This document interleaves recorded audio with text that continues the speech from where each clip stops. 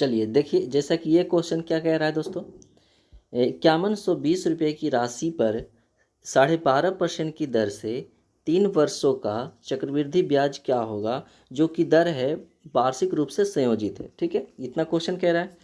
ये लाजवाब क्वेश्चन है। देखिए कैसे बनता है।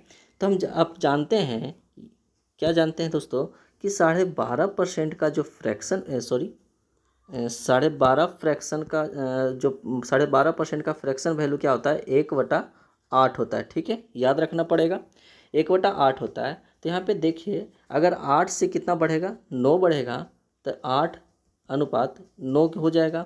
अब वो आपसे बोला कितने वर्षों के लिए, 3 वर्षों के लिए बोला है। तो 3 का क्या कर देंगे आप, घात कर देंगे। क्या कर देंगे दोस्तों, घात कर देंगे। ठीक है, अब घात कर दिए।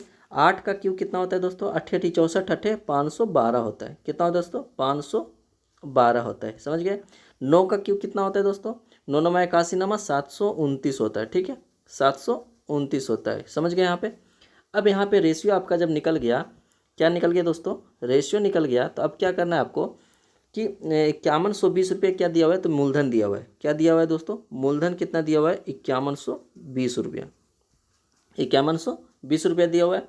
अब मूलधन का तुलना किससे करिएगा, तो मूलधन से करिएगा, जो कि मूलधन आपका कितना है, 512 है। ठीक है, 512 दिया हुआ है। अब आपसे पूछा है चक्रवृद्धि ब्याज कितना होगा। तो चक्रवृद्धि ब्याज हमने बताया था, दोनों का अंतर होता है। क्या होता है, दोनों का अंतर। तो दोनों का अंतर क्या हो जाएगा, 9 में से 2 जाएगा, कितना बचेगा, 7 बचेगा। और 2 में से 1 जाएगा, 1 बचेगा। और 7 में से 5 जाएगा, कितना बचेगा, 2 बचेगा। यानी कि 2 बचेगा। ठीक है, यहाँ पे थोड़ा सा मिस्टेक मिला देते हैं, यहाँ पे 2 बचेगा। ठीक है, 2 बचेगा। अब यहाँ पे गुना करना कर देंगे, 217 गुना कर देंगे, आपका क्या आ जाएगा, तो राशि आ जाएगा। क्या आ जाएगा दोस्तों, चक्रवृद्धि ब्याज आ जाएगा। ठीक है, क्या आ जाएगा, CI आ जाएगा। अब यहाँ पे काट दीजिए, तो 512 से 512 ये खत्म, यानी कि 10 बार में कटेगा।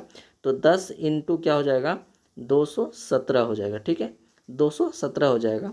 टोटल कितना आंसर आ जाएगा आपका, 2170 आ जाएगा। कितना आ जाएगा दोस्तों, 2170 CI आ जाएगा, जो कि ऑप्शन नंबर आपका क्या हो जाएगा, ऑप्शन नंबर आपका D हो जाएगा। ठीक है, कितनी आसानी से हमने इस क्वेश्चन को बताया है।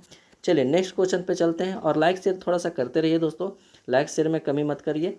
चलिए ठीक है, आगे बढ़ते हैं नेक्स्ट क्वेश्चन पे।